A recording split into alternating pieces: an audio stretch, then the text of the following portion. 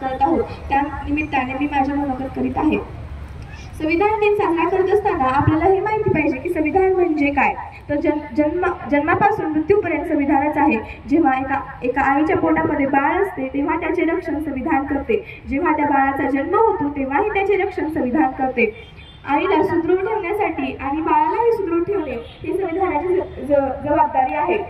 एवढेच नव्हे तर बालक 6 वर्षापासून ते 14 वर्षापर्यंत मोफत आणि सक्तीचे शिक्षण बालकाला संविधान देते।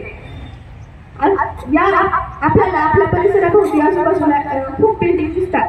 त्या बिल्डिंग बांधण्याचा अधिकार आणि हक्क हे संविधानात दिलेला आहे। आणि आपल्या आवडीचे आपल्या मनाचे रोजगार करणे हे याचा हक्कही आपल्या संविधानात दिलेला आहे। जर आज भाजी विकणाऱ्या काकूला जाऊन अडवलं किंवा विचारलं तुम्ही भाजी विकू शकत नाही, तुमचा अधिकार नाही, तरीही त्या ठामपणे भाजी विकू शकतात, कारण त्यांना हा हक्क संविधानानेच दिलेला आहे। मग संविधान लिहिण्याची गरज का पडली हो, तर 150 वर्ष इंग्रजांनी आपल्या भारतावर राज्य केले। जेव्हा त्यांनी आपल्याला स्वातंत्र्य देण्याचे ठरविले तेव्हा सर्वात मोठा प्रश्न हा होता की स्वातंत्र्य दिल्यानंतर भारताचा कारभार कसा चालवायचा।